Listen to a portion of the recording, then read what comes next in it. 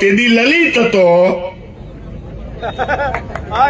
પછી લલિત ભાઈ થયો, હવે આખું ગામ લલિત કાકા કહે છે. હવે હું બાપો થાવી પેલા તો સમજો મારા બાપ, હું તમને ઈ કેવા આવ્યો છું મારા બાપ. હવે તો સમજો શું કામ પગ ઉપર કુવાડા મારો છો? શેની સાથે તમારે નાવા નીચોવાનો સંબંધ નથી.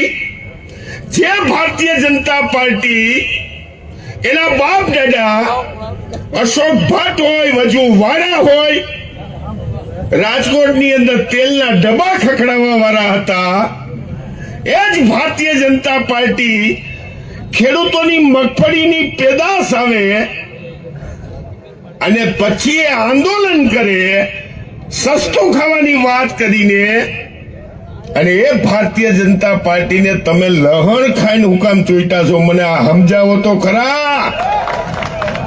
બરબાદ થઈ જશો. ખેડૂતનો દીકરો બેહાલ થઈ રહ્યો છે. 7 બારના પાણીમાં ભારતીય જનતા પાર્ટી તમારું નામ નહીં રહેવા દે. તમે યાદ રાખજો મારી વાત. આતેડી કરતા કહું રહ્યો, આ ભાષણ નથી કરતો. એક ખેડૂતના દીકરા તરીકે તમને કહી છી કે આ ભારતીય જનતા પાર્ટી એ તમારું નખો જ કાઢવા માટે આવેલી છે.